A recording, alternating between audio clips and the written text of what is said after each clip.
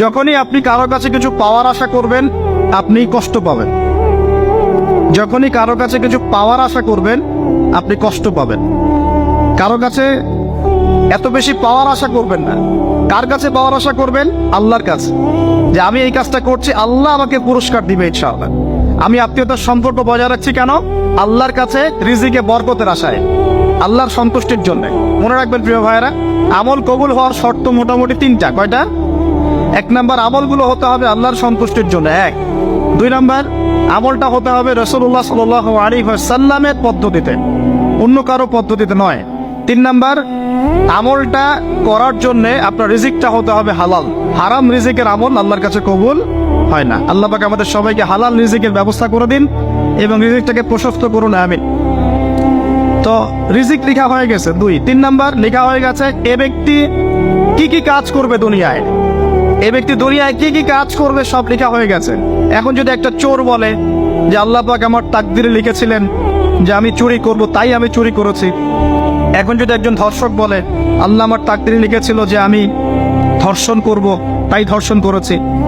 এখন যদি যারা এই জনগণের কিছু সম্পদ আত্মসাৎ করে খেয়ে ফেলছে, তারা যদি বলে আল্লাহ তাকদিরে লিখছিলেন জন্যই দুর্নীতি করেছি, তাহলে কথাটা কি হবে? গ্রহণযোগ্য হবে? এখন যদি দলিল দেয় তাকদিরে তো লেখা ছিল। এই আকীদাটার নাম হচ্ছে জাবারিয়া আকীদা। কি আকীদা? জাবারিয়া। এমন একজন ব্যক্তি উমর রাদিয়াল্লাহু আনহুর দরবারে এসেছিল। চোর চুরি করেছে, ধরা পড়েছে। উমর রাদিয়াল্লাহু আনহু বলেছেন হাত কেটে ফেলো। তখন সে বলছে যে আমার হাত তো কাটা যাবে না। কেন? আল্লাহ পাক তাকদিরে লিখেছেন আমি চুরি করব, তাই চুরি করেছি। উমর রাদিয়াল্লাহু আনহুর সামনে এই কথাটা বলেছে। আর উমর রাদিয়াল্লাহু আনহু কি বিচক্ষণ মানুষ ছিলেন না বোকাশোকা ছিলেন? বলেন, তার মতো শাসক পাওয়া যাবে? তার মতো আরো একজন শাসক আসবে ইনশাআল্লাহ পৃথিবীতে। তার নাম কি? নবী ঈসা আলাইহিস সালাম, ইনশাআল্লাহ তাআলা। এবং তার আগে আরো একজন ইমাম আসবেন। তার নাম কি? তার নাম হচ্ছে মুহাম্মদ। কি নাম? তার নাম মুহাম্মদ। তার উপাধি হচ্ছে মাহদী। কখন আসবেন? যখন পৃথিবীতে যুদ্ধ বিগ্রহ ছড়িয়ে পড়বে, ব্যাপক আকারে মালহামা চলবে, তখন আসবেন। কাদের পক্ষে আসবেন? মুসলিমদের পক্ষে। কি উদ্দেশ্যে আসবেন? সারা বিশ্বে জুলুম তুলে ফেলার জন্য। এবং আরেকটা কি উদ্দেশ্য? ওই জেরুজালেম উদ্ধার করার জন্য। কোন জেরুজালেম? যেটা এখন ইহুদিরা দখল করে আছে। চারপাশে আরবরা, মাঝখানে ও কেমন করে দখল করে আছে? আরবদেরকে হাতের মুঠোয় নিয়ে নিয়েছে। এই কারণে মুনাফিকদের উপর টিকে আছে সে, এবং তার পশ্চিমা মিত্রদের উপর টিকে আছে। ঈসা আলাইহিস সালাম কেন আসবেন? এই জায়গাটা পুনরুদ্ধার করার জন্য। ঈসা আলাইহিস সালাম কি পরাজিত হবেন না বিজয়ী হবেন? কত বছর বিশ্ব শাসন করবেন? 40 বছর। এগুলো হবে বিশ্বে, এগুলো হওয়া এখনো বাকি আছে। আরো কি হবে? মুসলিমরা কনস্ট্যান্টিনোপল আবার জয় করবে। এই কনস্ট্যান্টিনোপলের মধ্যে ফিতনা দেখা দিবে অচিরেই। মুসলিমরা ওইটা আবার দখল করবে ইনশাআল্লাহ তাআলা। আরো কি হবে? বললাম ভূমিকম্পের বছরগুলো আসবে সামনে, এবং মুতায়নুন শাদীদ, মহামারীও আসবে।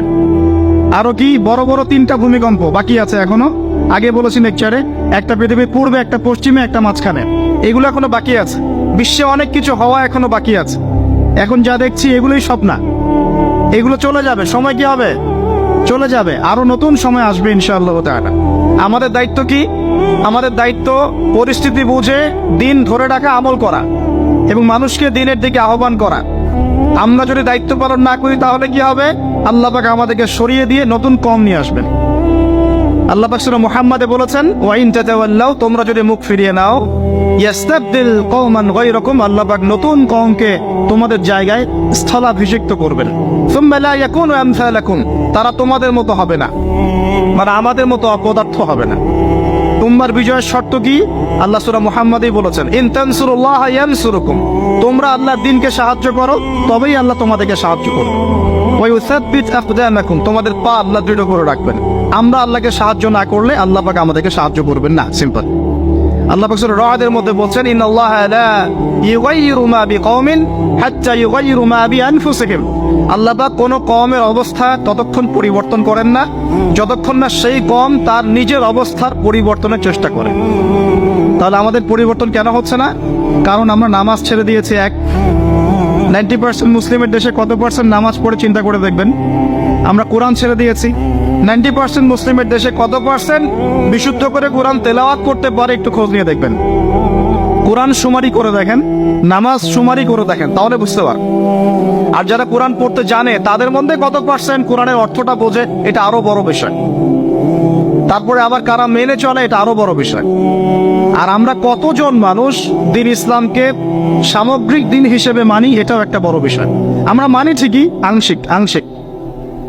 যেমন ইবাদত বন্দেগীর জীবনে মুসলমান, অর্থনৈতিক জীবনে গিয়ে আবার সুদখোর, এমন না বিষয়টা? ইবাদত বন্দেগীর জীবনে আমি পাক্কা মুসলিম, কপালে সেজদার দাগ আছে মাশাআল্লাহ, দাড়ি টুপিও আছে মাশাআল্লাহ, কিন্তু ব্যবসায় গিয়ে মাপে কম দিচ্ছি না, ব্যবসায় গিয়ে আমি আরাম ভেজাল দিচ্ছি কিনা, এরকম হচ্ছে কিনা? হচ্ছে, কিন্তু সে কিন্তু মুসলিম এবং নামাজও পড়ে। তা আমাদের সমস্যা ভাই এখানে। এখন এই সমস্যাটা সলভ করলে ইনশাল্লাহ সব সমস্যা সলভ হয়ে যাবে ইনশাল্লাহ। সমস্যাটা কি? আমরা ইসলামটাকে আংশিকভাবে মানি, পরিপূর্ণ জীবনে ইসলাম বাস্তবায়ন করতে পারছি না। আমি আপনি হয়তো কেউই পারছি না। ফখর করলে বলার নাই যে আমি খুব পারছি, আসলে আমিও পারছি না। কারণ এই যুগে এটা পারাটা খুব ডিফিকাল্ট। এই যুগে পারাটা কি খুবই কঠিন, কিন্তু এটাই তো এই যুগের চ্যালেঞ্জ। নবীজি বলেছেন তোমাদের সামনে এমন যুগ আসছে যে যুগে ঈমান ধরে রাখাটা হাতের মধ্যে আগুন ধরে রাখার মতো হবে।